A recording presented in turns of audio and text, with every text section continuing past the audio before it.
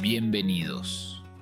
Hoy exploraremos una historia que cruza los siglos, mezclando hechos reales con ficción gótica, desde campos de batalla medievales hasta castillos embrujados. Es la historia de cómo un príncipe del siglo XV inspiró a una de las criaturas más famosas y aterradoras de la ficción mundial, el vampiro por excelencia. El conde Drácula es fascinante. Por un lado tenemos a Vlad, un líder guerrero de Valaquia, una figura histórica compleja y estratégica, y por el otro a un conde ficticio de Transilvania, el vampiro aristocrático, inmortal, seductor y letal que todos conocemos. Así que hoy exploraremos quién fue este príncipe, cómo nació el personaje literario y cómo sus historias se fueron mezclando. Entender esta fusión nos ayuda a ver cómo la historia y la ficción se retroalimentan. Arranquemos por el hombre detrás del mito. Vlad III nació en 1431 en Sigilloara, Transilvania. Su padre, Vlad II Dracul, era miembro de la Orden del Dragón. Esta orden fue creada para defender la cristiandad contra el avance otomano. De ahí viene el apodo Dracul, que significa dragón en latín. Pero en rumano antiguo, Drac también podía significar diablo, así que el nombre tenía doble filo, honor y amenaza. Su hijo Vlad III fue conocido como Drácula, que significa literalmente hijo de Drácul, o sea, hijo del dragón o del diablo, pero con el tiempo se ganó otro sobrenombre mucho más temido, Tepes, que significa el empalador, y ese apodo no era metafórico. Su juventud fue marcada por el trauma. A los 11 años, Vlad y su hermano menor Radu fueron entregados como rehenes al sultán otomano. Pasó años en la corte enemiga aprendiendo sus métodos y cómo el terror podía ser una herramienta política. Mientras estaba cautivo, se enteró de que su padre y su hermano mayor habían sido traicionados y asesinados. Esa experiencia lo marcó profundamente. Cuando regresó a Valaquia, lo hizo con un carácter implacable y un odio feroz hacia los otomanos, aunque la política lo obligaría a pactar con ellos. Físicamente, Vlad fue descrito como un hombre de estatura media, fuerte, con mirada penetrante, nariz aguileña, bigote y cabello oscuro. Tenía presencia, sin duda. Gobernar Valaquia no era tarea fácil. Estaba atrapada entre dos potencias, Hungría al norte y oeste, y el Imperio Otomano al sur y este. Vlad reinó en 3 periodos, siendo el más importante entre 1456 y 1462. Para llegar al trono tuvo que pelear contra rivales, con apoyo otomano o húngaro. Una vez consolidado en el poder, empezó a aplicar sus métodos. Organizó un banquete de Pascua con nobles que sospechaba habían traicionado a su familia. Lo que comenzó como una celebración terminó en masacre. A los más viejos los empaló y a los jóvenes los esclavizó para reconstruir su fortaleza, el castillo de Poenari. El empalamiento se convirtió en su firma. Era una estrategia de terror calculada para castigar la traición e imponer orden social.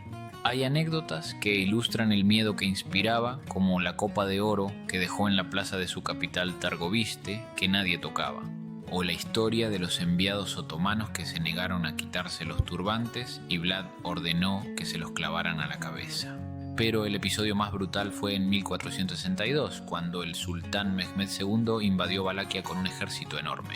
Al acercarse a Tergoviste se encontró con un valle lleno de estacas, cada una con un prisionero turco empalado. Algunas crónicas hablan de más de 20.000 cuerpos. El impacto psicológico fue devastador. El propio sultán quedó tan impresionado que decidió retirarse. Vlad había ganado esa batalla, pero no la guerra. Su hermano Radu, aliado de los turcos, empezó a ganar apoyo interno. Vlad tuvo que huir y fue arrestado en Hungría, donde estuvo preso más de 10 años.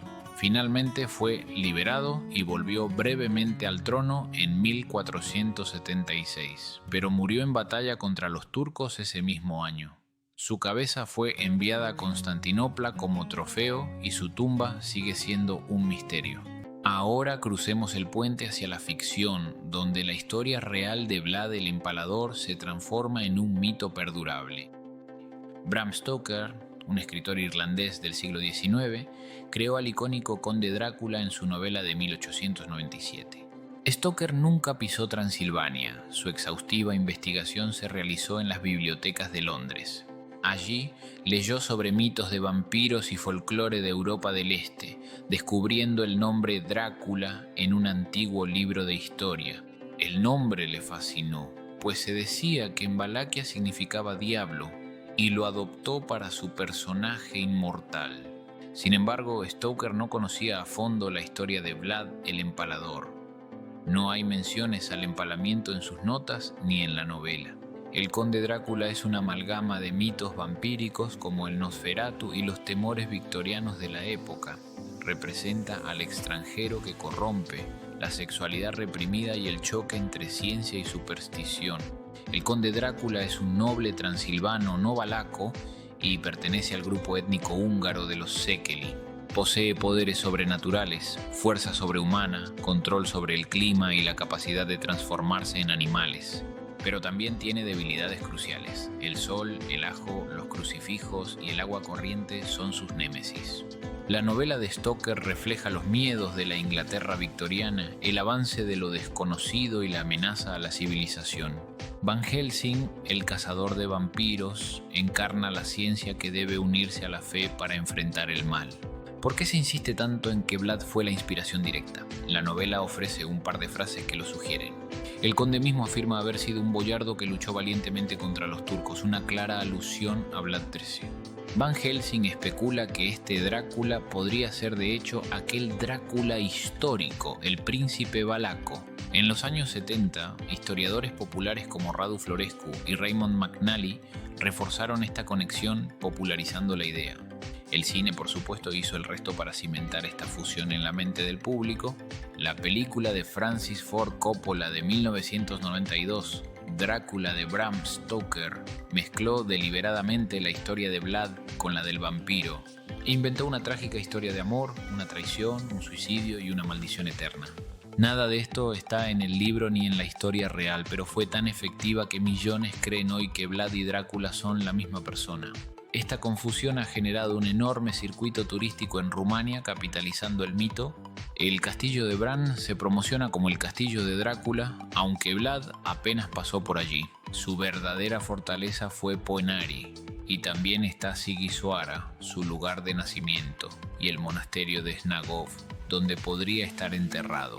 Entonces, para cerrar, estamos hablando de dos figuras completamente distintas, aunque entrelazadas en la imaginación popular. Vlad III el Empalador fue un príncipe real, brutal y estratégico, visto como héroe por algunos y villano por otros.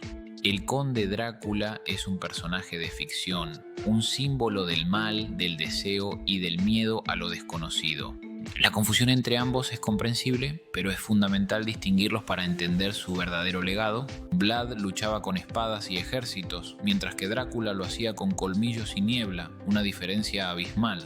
Uno es historia, el otro es mito, y esa distinción es clave para apreciar ambos. Quizá lo que nos sigue atrayendo es esa mezcla entre lo real y lo imaginado, entre el hombre histórico y el monstruo literario.